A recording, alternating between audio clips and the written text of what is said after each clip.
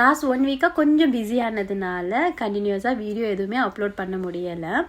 எனக்கு தெரியும் அம்மா எல்லாருமே வரும்பொழுது கண்டிப்பாக லாங் வீடியோ எடுத்து ஷேர் பண்ண முடியாது. பட் ஷார்ட்ஸ் வீடியோ வந்து எவ்ரிடே அப்லோட் பண்ணிடுவேன் அப்படின்னு தான் நினச்சேன். பட் லாஸ்ட் வீக் வந்து ஓவர் பிஸி ஆயிடுச்சு. அண்ணன் பசங்க எல்லாருமே வந்திருந்தாங்க.